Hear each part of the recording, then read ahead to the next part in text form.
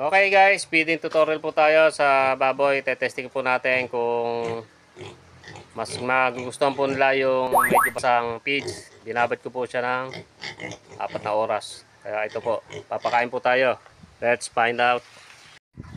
At ayan guys, subukan po natin sila pakainin ng medyo basang starter. Ayan po, kinakain naman po nila at maganda lang po silang kumain. Yan po guys. May darating pa po kasi tayo baboy sa April. Ayan po. Mas nagugustuhan naman po nila at ini-enjoy naman po nila ang kanilang pagkain. At yan nga po, nanghihingi pa po ng ganyan. Malakas na po sila guys na kumain. Ito po yung ating feeding.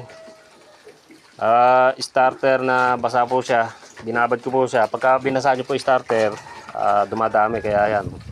Malaking tipid din po pagka basa po yung starter. Kasi po, umaalsa po yan.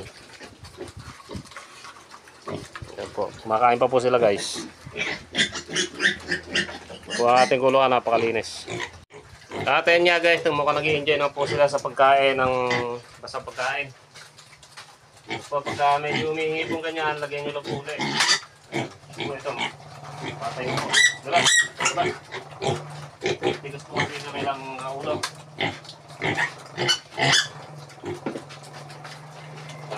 Hanggang po gusto po nilang kumain, pakainin nila po silang pakainin. Hanggang hindi po nagsasawa. Huwag po natin sosobrahan ng pakain. Tamang parya lang ho. Ayan. Nag-enjoy naman po sila sa pagkain.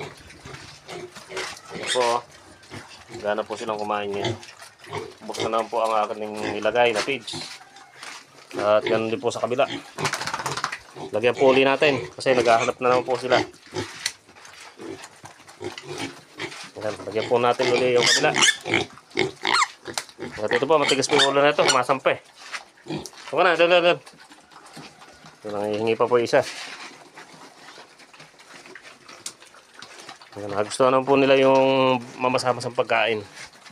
Mamaya po, maglilinis lang po tayo at magpapainom po ng tubig.